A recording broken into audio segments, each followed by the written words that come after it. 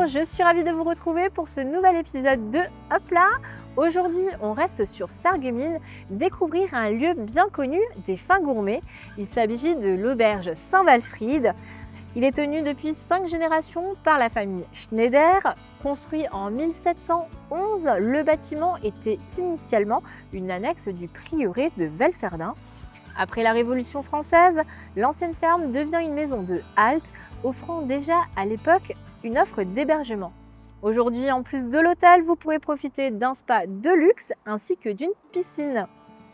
Je vous invite donc à plonger au sens propre comme au sens figuré dans ce lieu chargé d'histoire et de référence à notre culture locale. Mais avant d'en découvrir plus, allons rejoindre Marie-Morgane à quelques pas de là. Elle va nous présenter un lieu plus récent qui propose également une petite restauration, mais avec un petit truc en plus. Regardez. Chers parents, je me suis arrêtée aujourd'hui à Unique l'Arrosoir, un café-fleur situé à Sarreguemines.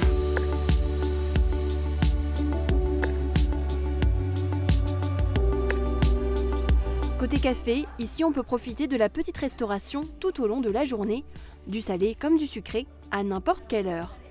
Un concept qu'on retrouve plus couramment dans les grandes villes. On cuisine tout le temps et on cuisine en fait avec de l'épicerie fine italienne. Et en fait ici il n'y a pas d'endroit pour conserver quoi que ce soit. En fait on a un frigo, donc ça rentre à la semaine et en fait tout le temps on tourne, on a tout le temps des nouveautés, on a tout le temps du changement.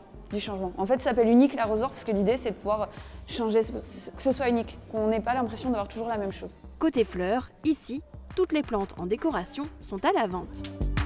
L'Unique l'Arrosoir a été ouvert en juillet 2024 par Sarah Bartholomé, qui possède déjà 2 magasins de fleurs et un salon de coiffure de luxe à Sarreguemines.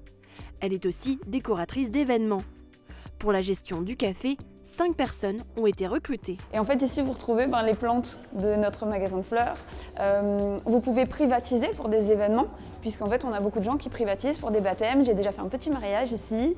Donc voilà, l'idée c'est que toutes les activités se répondent et qu'on puisse en fait proposer une satisfaction complète.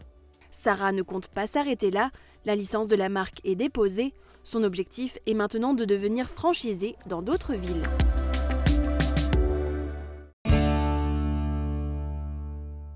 Bonjour Stéphane. Bonjour. Merci de nous accueillir au sein de ton auberge.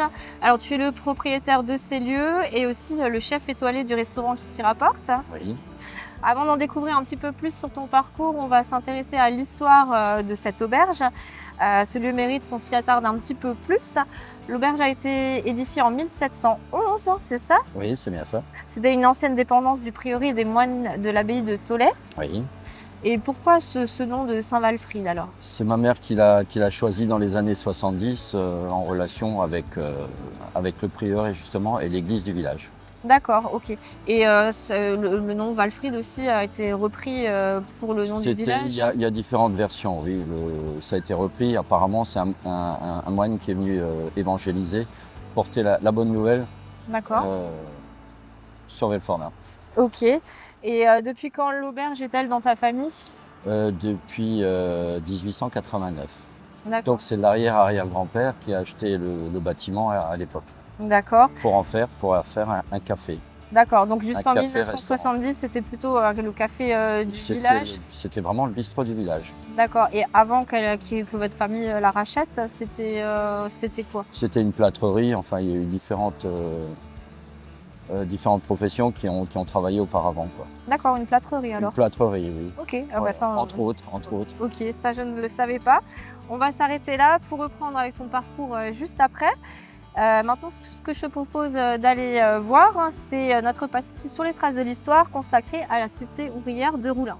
Regardez.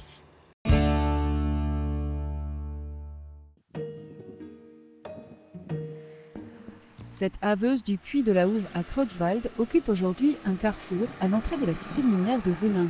En 2004, la remontée du dernier wagon de charbon de cette mine marquait la fin du charbon en France. Inauguré en décembre 2013, ce mémorial doit rappeler aux nouveaux arrivants à Roulin l'histoire de la cité. Le choix de cette tête de Have est issu d'une concertation avec d'anciens mineurs en collaboration avec le président du musée de la mine. Un hommage aux 364 mineurs venus de loin avec leur famille dans les années 50 pour extraire le charbon lorrain. Quand la demande l'exige à la Libération, il a fallu augmenter la production de charbon. Pour cela, les HBL ont embauché à tout va et il a fallu loger ces nouveaux arrivants. À Roulin, une cité pour les mineurs est sortie de terre en 1955. 10 bâtiments comptant 364 logements. Les 9 autres prévus dans le projet initial ne verront jamais le jour. De quoi susciter la jalousie des Roulingeois qui, pour la plupart, habitaient encore dans des baraques.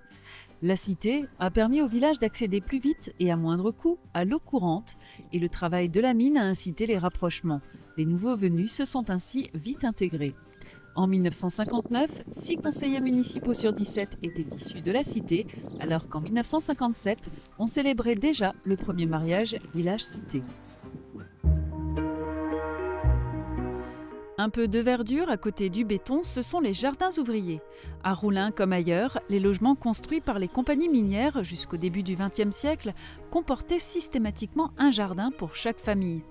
Un havre de paix dont le mineur s'occupait pour se nourrir et se divertir après son travail. Ici, les jardins sont répartis le long de 7 allées au joli nom de fleurs. En 1963 est née l'Association des jardins ouvriers de Roulin.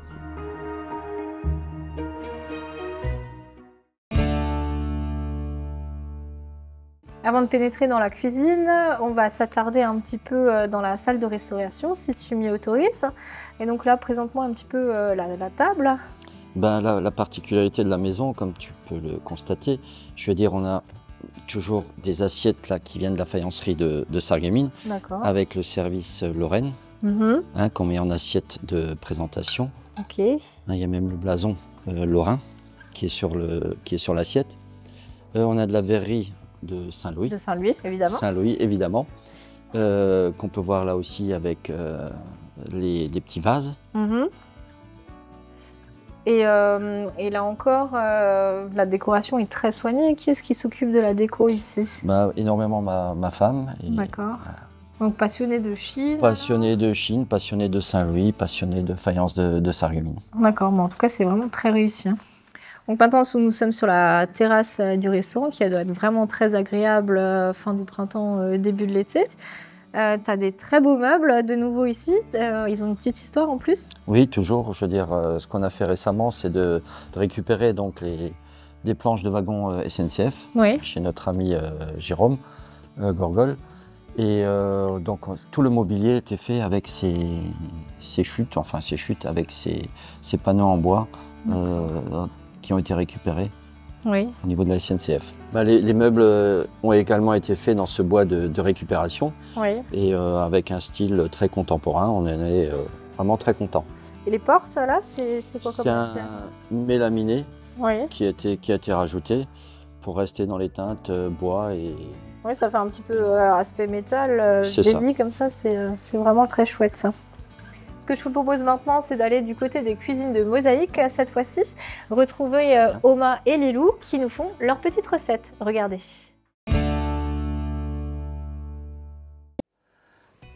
Bonjour Lilou. Bonjour Oma. Ça va bien? Ça va bien et toi? Ça va, merci. Alors on va commencer à faire une potée. Pour cela, il nous faut des carottes, des pommes de terre, du chou, des saucisses, des viennoises, des saucisses à frire, du lard, des saucisses à cuire, des oignons, un oignon, de l'ail et un bouillon cube. Je mets un peu d'huile, je coupe l'oignon. On va d'abord mettre les carottes après, parce qu'elles mettent plus de temps à cuire.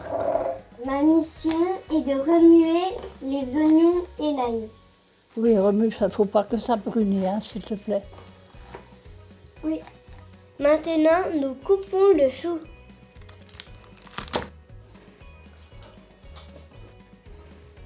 On va mettre le petit bouillon. Et les carottes.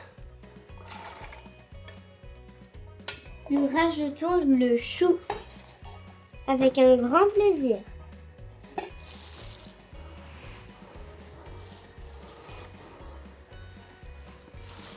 coupe les pommes de terre pour mettre avec le chou, ça donne une potée. Il faut des pommes de terre, des carottes, du chou, oignons, ail. Et du sel. On rajoute les pommes de terre et le reste du chou.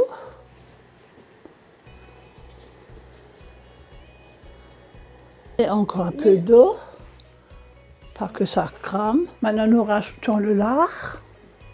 Tout ça en une fois? Oui, et après, quand on sort, on le coupe.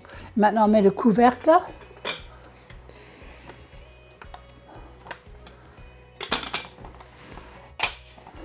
Quand il y aura la vapeur qui sort, on la laissera bouillir 40 minutes et puis elle est prête. Il y a la vapeur qui sort et puis on cuit 30 minutes et il sera bon. Maintenant, on va mettre les saucisses à cuire. Dans de l'eau bouillante.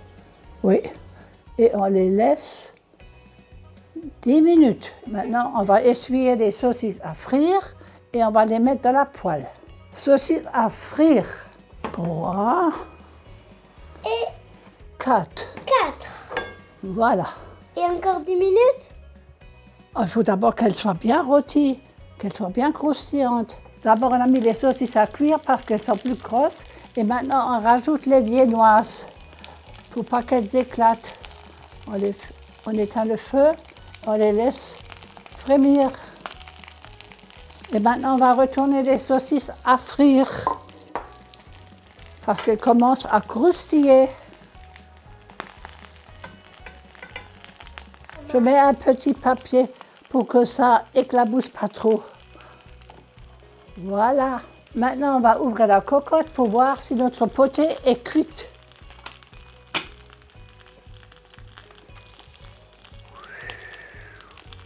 Oh là là là là. C'est excellent. Voilà. Je vous souhaite à tous un très bon appétit. Bon appétit.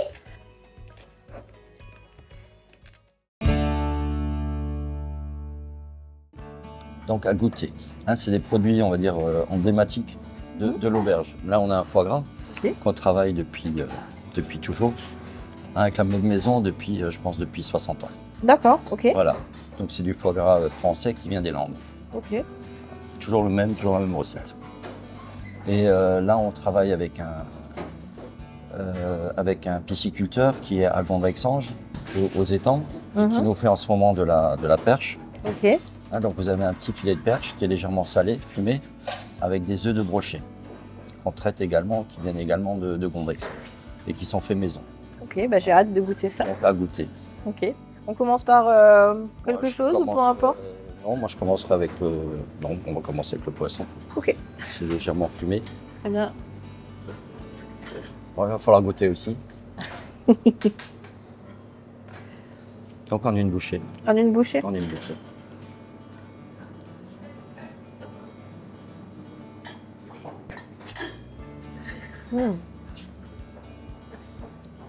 Et le côté fumé, hein, qu'on retrouve sur les œufs de brochet. Et la texture de la perche. Oui, et puis légèrement fumé. Et le petit cerfeuil musqué qui rafraîchit un peu l'ensemble. C'est vraiment bon. Voilà. Et après, je te propose de goûter un peu de foie gras maison. Foie gras, ok, avec plaisir. Petite tartine.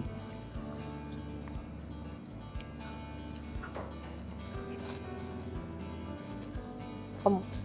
C'est un classique. Toujours aussi bon, mais ça, c'est un classique. Un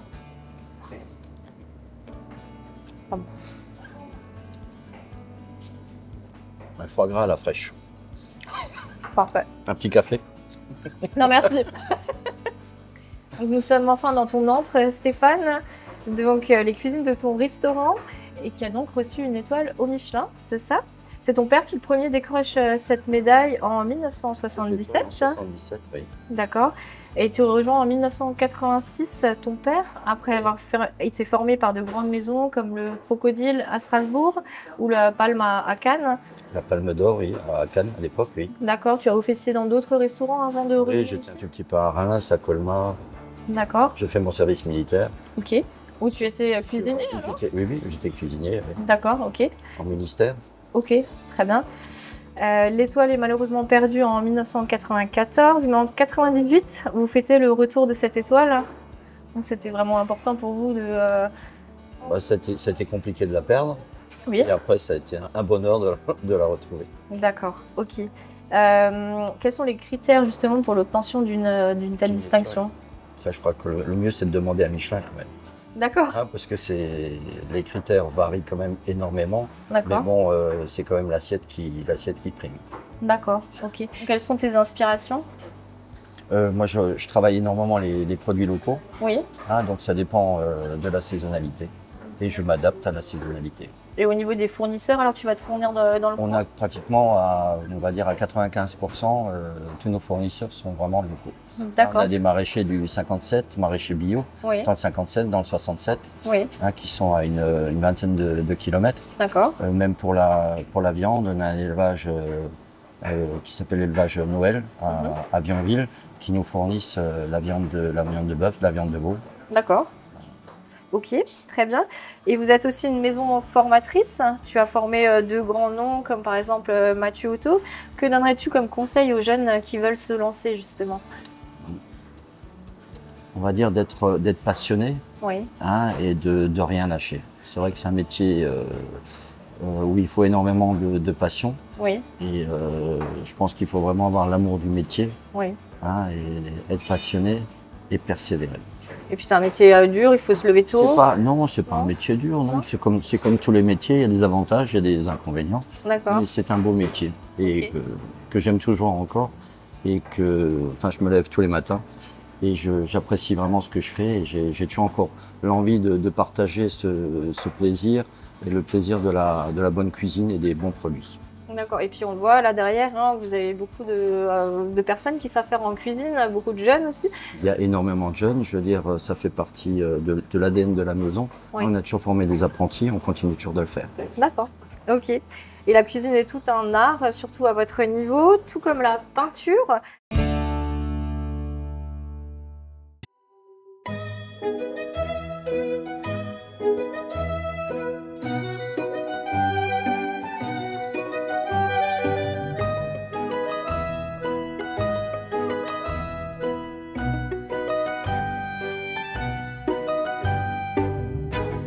Je viens de Götzenbrück. Je suis née à Bitche, mais j'ai toujours habité Götzenbrück, dans le pays de Bitche. Je suis venue à la peinture un peu plus tard. J'étais professeure de mathématiques et de sciences physiques au collège de Rohrbach. J'y ai fait toute ma carrière. J'ai beaucoup aimé mon métier. Je crois que j'ai toujours aimé aller voir ce que faisaient les autres. Et puis un jour, j'ai commencé à peindre avec mon collègue d'art plastique au collège de Rohrbach, qui a décidé de donner des cours un mardi soir. Alors, on était à plusieurs et j'ai fait ça pendant une année. Ensuite, j'ai rencontré Gérard Ouvert. Gérard Ouvert, c'était le début d'une très très longue et belle amitié jusqu'à son décès. On a beaucoup travaillé ensemble. On a fait des copies de tableaux de maîtres. On a aussi fait un travail individuellement, personnellement, sur les œuvres. C'était vraiment une amitié enrichissante. Ensuite, je suis allée pendant 2 années à l'École supérieure d'art décoratif à Strasbourg, où j'ai appris à dessiner sur modèle vivant. Et puis, en allant voir les expositions dans les salons, etc., j'ai rencontré des peintres dont j'aimais bien les tableaux. Et c'est comme ça que j'ai fait à peu près 6 stages avec des peintres différents, d'une semaine, en Bourgogne, en Sologne, enfin dans différents endroits. Alors j'ai une peinture figurative, c'est-à-dire je pars toujours d'un réel. Et puis après, j'invente.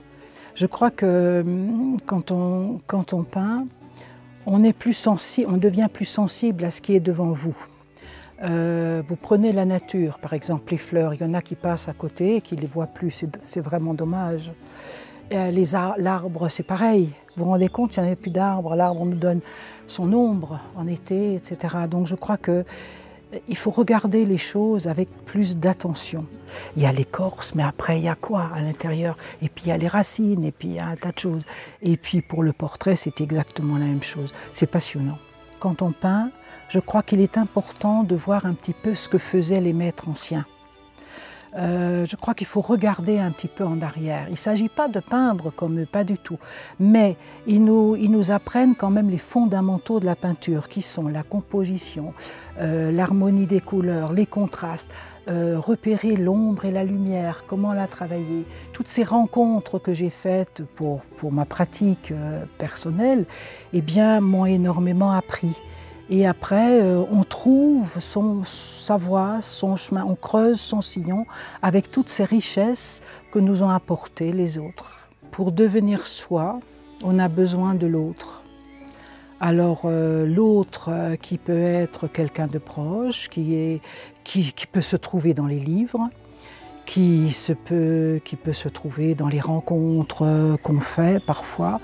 Je crois que, parce que le but de la vie, c'est devenir soi-même. Oui, mais on ne se fait pas tout seul. Voilà.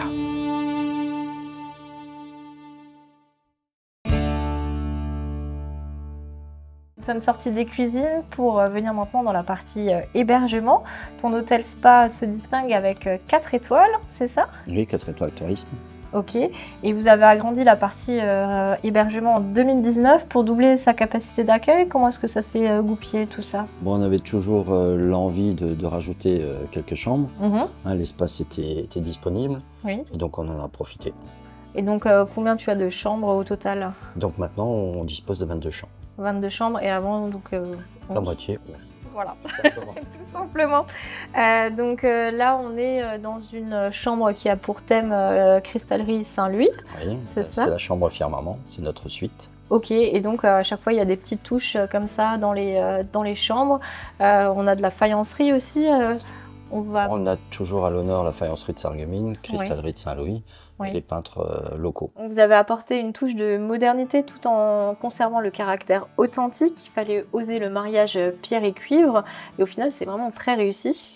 On voulait garder une certaine continuité avec l'ensemble du bâtiment donc, qui est ancien et lui ramener un tout petit peu de modernité. Donc on a opté initialement, moi je militais avec ma femme pour du Corten. Oui, c'est quoi comme... Le Corten, c'est du fer, mais qui a cet aspect un tout petit peu rouillé. D'accord.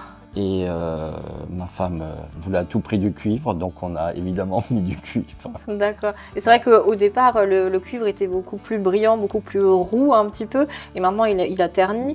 Mais c'est un choix aussi esthétique. Il a pris sa patine, oui, bien sûr. Ouais, mais c'est très beau comme ça en plus. Donc là, on se trouve devant une magnifique pièce, très grande, très imposante, de la faïencerie de Sarreguemines. Où est-ce que vous trouvez ce type de pièce ? C'est des pièces qu'on a acquises il y a déjà quelques années, parce que c'est vrai que ça devient de plus en plus rare. C'est des pièces qui sont chez vous depuis très longtemps? Des pièces qui sont chez nous depuis très longtemps et qu'on n'a jamais réussi à mettre en avant. Et on en a profité pendant ces travaux de réhabilitation de mettre tout ce qu'on a collectionné, tout ce qu'on a chiné à droite et à gauche, dans le but de les mettre de les proposer dans nos chambres. Donc c'est de la Chine alors? C'est que vraiment des objets qui ont été chinés. D'accord, ok. Et donc là on peut voir aussi un cendrier et puis des coupes. Donc on est dans la chambre Firmament et avec le service Firmament, qui malheureusement n'est plus fait mais qui était toujours, qui est magnifique. Donc il a vraiment de la valeur, c'est précieux. C'est toujours précieux. Oui, il ne faut pas le casser. Il ne faut pas le casser, il faut éviter. Donc là, on se trouve dans une nouvelle chambre avec un autre thème. Donc avant, on a vu, c'était thème faïencerie de Sarreguemines et puis cristallerie Saint-Louis. Et là, vous avez choisi de mettre à l'honneur les peintres lorrains, c'est ça? Oui, c'est bien ça. Donc ma passion, ma passion, ça a toujours été la faïencerie de Sarreguemines. Oui. Ma femme qui est originaire de Saint-Louis, sa passion, c'était la cristallerie de Saint-Louis. Ok, parce qu'elle est originaire de Saint-Louis, d'accord.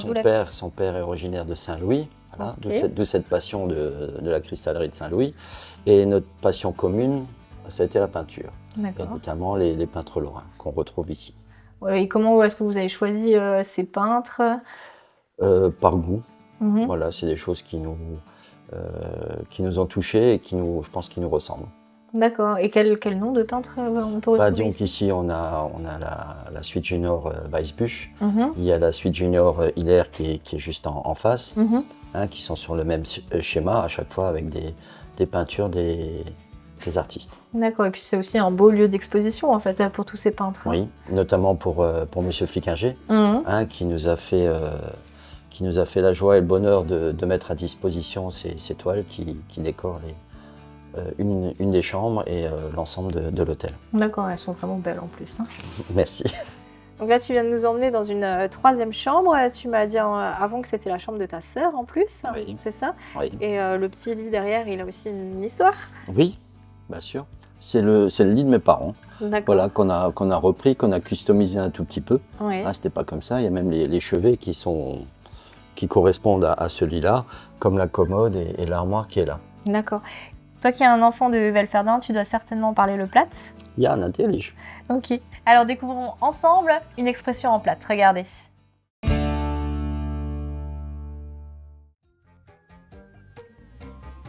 Aprilwetters, Narrewetters.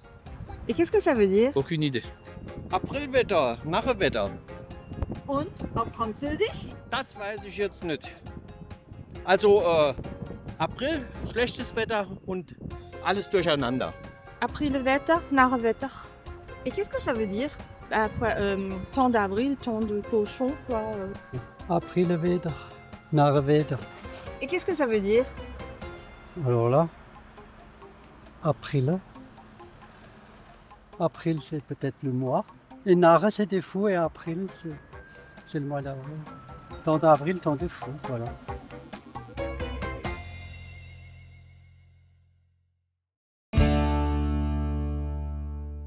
Vous proposez aussi depuis peu un espace détente et spa de luxe. Est-ce que tu peux me faire un petit peu le tour des installations? Écoute, là, on dispose du hammam. D'accord. Voilà. Un espace toujours dédié à la faïencerie de Sarreguemines, douche, et puis là, notre sauna. D'accord. Capacité de combien de places à peu près? 5-6 personnes. Ok. Voilà, après Et avec un espace détente. Ok, super. Les gens peuvent se reposer. Et il y a encore une autre partie. Après, il y a la piscine, et en haut sur le rooftop, on a le jacuzzi. Ok, on va la voir alors. Écoute, avec plaisir. On vient de s'élever d'un étage, on vient de prendre l'ascenseur, et là, on se trouve devant le jacuzzi. Ouais, sur le rooftop. Ok. On va voir si la température est bonne. Ah oui, c'est bien. C'est bien. C'est agréable. Ouais. Ce qui fonctionne. Ah, il se met en route. Ah bah voilà, on pourrait presque s'y baigner. On vient de reprendre l'ascenseur pour redescendre de 2 étages, et là, on se trouve devant l'entrée de la piscine qui donne sur l'extérieur. Là encore, on retrouve la faïencerie de Toujours la faïencerie de Sarreguemines, les lustres de Saint-Louis. Ok. Toujours chinés, customisés. Ouais. Donc avant, ils étaient tout blancs, c'est ça? Qu'est-ce qu'ils ont fait comme modification alors? Ils étaient tout blancs. Là, on a des bras maintenant qui sont colorisés. Oui. Je veux dire, on a également les pampilles qui ont été reprises. On a des coupelles de couleurs. Enfin, c'était un peu modernisé, on va dire. Et les couleurs rappellent un petit peu les couleurs du fauteuil. Exactement. D'accord. On va passer à l'extérieur là? Avec plaisir. Certains préfèrent ce type d'installation pour se détendre, d'autres préfèrent quelque chose d'un peu plus dynamique. Ce que je te propose maintenant, c'est justement d'aller voir le club de country de Sarreguemines. Regardez.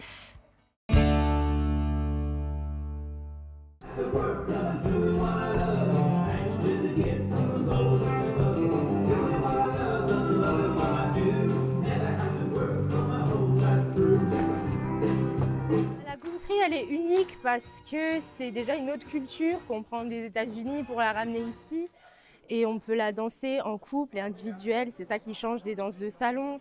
Voilà, ce qui me plaît, c'est la convivialité, les amis, les connaissances, et c'est le fait de danser, de faire ce qu'on aime.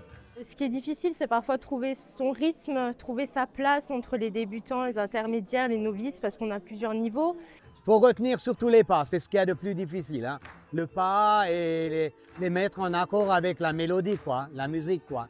Talon, hook, step, lock, step, hold. 4, 5, 6, 7, 8. cross, rock, quart à droite, pause. On commence à décortiquer les pas parce qu'une danse débutante a en général 32 comptes, c'est-à-dire 32 pas de danse, donc c'est par section de 8. Une fois que vous avez fait les 8 premiers, vous avez bien décortiqué, vous refaites la deuxième section, la troisième section, la quatrième. Et ensuite, vous faites les 4 sections ensemble. Quand vous pensez que tout le monde arrive à les faire, vous mettez la musique et on la danse.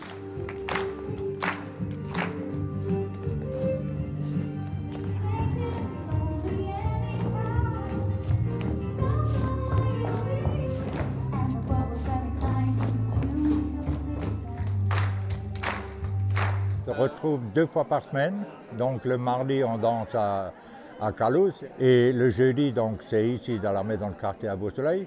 Le club il compte 118 membres. La moyenne d'âge c'est 60 ans.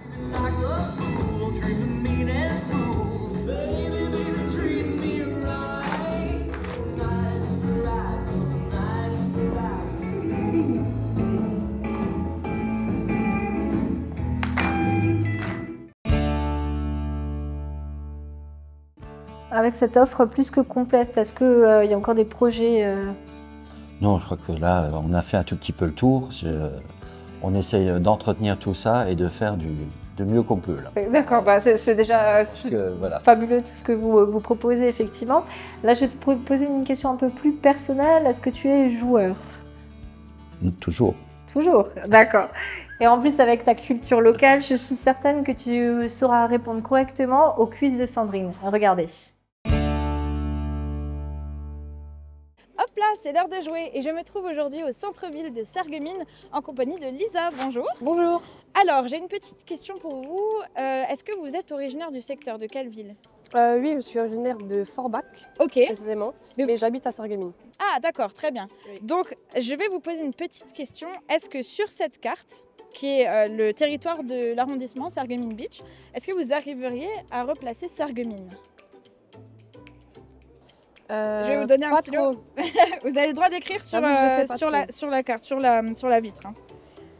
Ok, je vais peut-être plus me placer là, je pense. Oui, le territoire de Sarreguemines, c'est là. Alors, c'est une grande commune, Sarreguemines.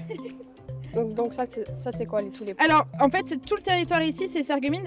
Chaque point, c'est une commune. Et tout le territoire ici, c'est Beach. Par exemple, ici, c'est Beach. Et puis, à côté, on a Montbronn, Enchambert, Lemberg. Okay. Et ici, la même chose sur le territoire de Sarreguemines. C'est Sarreguemines, alors? Ouais. Je vais le mettre là. Ici. Ok, oui, vous pouvez faire juste une croix, j'ai les réponses au dos. Voilà. Ok, alors j'ai les réponses, on va regarder tout de suite. J'enlève ma petite feuille. Qui veut pas venir? Hop. Et vous avez coché Ambar. Ah, je vais vous montrer. C'était un tout petit peu au-dessus. Ok.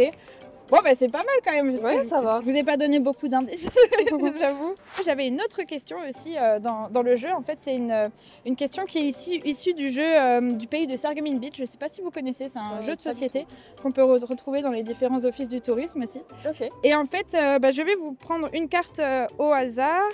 Je vais prendre celle-ci, c'est une photo et je vais vous demander si vous connaissez cette salle et, et comment elle s'appelle. C'est une salle en fait qui est au musée... musée de la Faïence. Oui, à Sarreguemines. Ouais. La salle, je sais pas du tout, mais là, je connais cette salle, je suis déjà allée dedans, mais je connais pas du tout. Alors, elle porte le nom d'une chanson d'Henri Salvador. Henri Salvador. Non, ça vous dit rien? Ah, pas du tout, non. Alors, il s'appelle le Jardin d'hiver. Ok. Voilà. Donc vous savez, mais bon, vous avez déjà vu... Oui, je suis déjà rentrée dedans, j'ai même fêté un anniversaire là-dedans quand j'étais plus petite. Ah, trop fort. Mais franchement, le nom, ça date un petit peu. Au moins, vous saurez, voilà. C'est le Jardin d'hiver et puis il avait super. été créé à l'époque par Paul de Geiger. Ok. Voilà, et j'avais une dernière question pour vous. Quelle est pour vous la meilleure activité à faire sur le territoire? Est-ce qu'il y a un endroit où vous aimez aller de temps en temps, peut-être l'été ou n'importe quelle saison? Moi, ce que je préfère faire, c'est plutôt me promener au bord de la Sarre, honnêtement, à vélo. C'est vrai que c'est pratique parce qu'on est à côté de la frontière du coup allemande. Donc c'est vraiment pratique d'aller en vélo et même sur la Sarre. J'ai déjà fait du kayak aussi sur la Sarre. Et franchement, c'était vraiment l'activité préférée que j'ai faite. Ok, super. Merci, j'espère que vous avez passé un bon moment en notre compagnie. Merci. Et j'espère que chez vous aussi, devant vos écrans. Et je vous dis à la semaine prochaine pour de nouveaux défis. Et tu as aussi un petit potager que tu utilises les ingrédients que tu fais pousser un petit peu pour agrémenter ta cuisine, c'est ça? C'est plus qu'un peu. On s'en sert énormément. D'accord. Par exemple, qu'est-ce que tu utilises? On commence à avoir là des petites pensées, on commence à voir les fleurs qui arrivent. On a également, qu'est-ce qu'on a? On a de la sauge, de la sarriette, il y a du thym, il y a du laurier, enfin tout ce qui agrémente les poissons et les viandes en ce moment. Oui. D'accord, ok. Merci beaucoup Stéphane en tout cas de nous avoir fait visiter toute ton auberge, c'était vraiment très intéressant. Ça me donne envie de prendre une petite nuitée d'ailleurs. Peut-être que ça donnera aussi envie à d'autres téléspectateurs d'en faire de même. Merci. Merci pour ta visite. De rien. De mon côté, je vous dis à la semaine prochaine dans un autre lieu et avec un autre invité. Et hop là!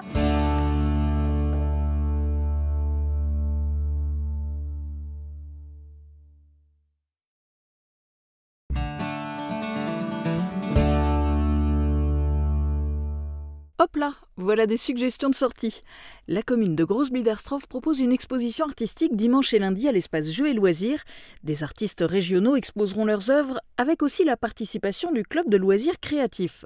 Les 2 artistes invités d'honneur sont Stéphane Bayou et Freddy Blackberry. Il y a des prix à la clé pour les artistes, mais c'est gratuit pour le public. Jardiner, c'est tout un art. Samedi et dimanche, le jardin des faïenciers à Sarreguemines se transforme en paradis pour les horticulteurs passionnés, mais aussi pour les amateurs de céramique. Graines, plantes et décorations de jardin seront en vente. Le marché aux plantes et aux pots sera aussi rehaussé par des ateliers, des initiations et des démonstrations. Enfin, direction les cinémas Forum à Sarreguemines pour découvrir le film coup de cœur de la semaine, dévoilé par le directeur Jean-Marc Carpels. Alors, le coup de cœur de la semaine, alors je ne vais pas vous parler de Minecraft, qui est le gros carton de la semaine, la vacances oblige, mais je vais vous parler du film The Amateur. The Amateur avec Rami Malek, où Rami Malek interprète le rôle d'un cryptographe de la CIA, un peu introverti, et puis finalement, suite à un problème d'attentat à Londres, il va se lancer un peu contre l'avis de sa hiérarchie, qui semble assez impuissante, à la poursuite des auteurs de cet attentat. Alors c'est formidablement bien interprété par Rami Malek. Rami Malek, vous le connaissez, c'est Mr. Robot, c'est également l'interprète de Freddie Mercury dans Bohemian Rhapsody. Là aussi, comme d'habitude, il excelle dans ce thriller haletant qui nous promène à travers le monde. Donc vous l'avez compris, c'est à voir au cinéma et, cerise sur le gâteau, dans notre nouvelle salle d'excellence pour un spectacle total. Protégez et mettez en lumière votre maison avec toutes les nuances de crépi proposées par Moderabitat. Radio Studio 1, 105.8, la radio qui pulse entre Beach et Sarreguemines. De la pop, du rock, des années 80 et une équipe qui vit la musique à fond. Radio Studio 1.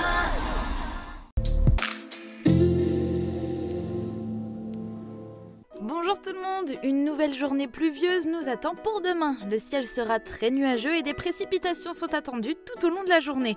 Côté température, les minimales iront de 8 à 9 degrés et les maximales de 10 à 12 degrés.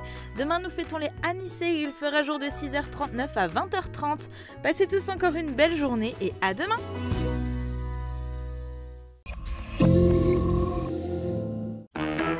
Plus 1 euro? Mais sérieux? Ah oui, c'est du sérieux. Le menu bon et pas cher Evolu. Pour 1 euro de plus, remplacez votre 4e produit par un plus copieux. Ben alors, qu'est-ce que vous attendez? Venez en profiter au nouveau restaurant Burger King de Rohrbach-les-Beach.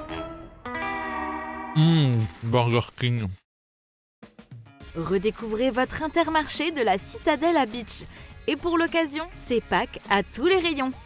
Retrouvez une grande sélection de délicieux chocolats, mais également notre boucherie avec un large choix de viande d'origine France, sans oublier notre rayon poissonnerie.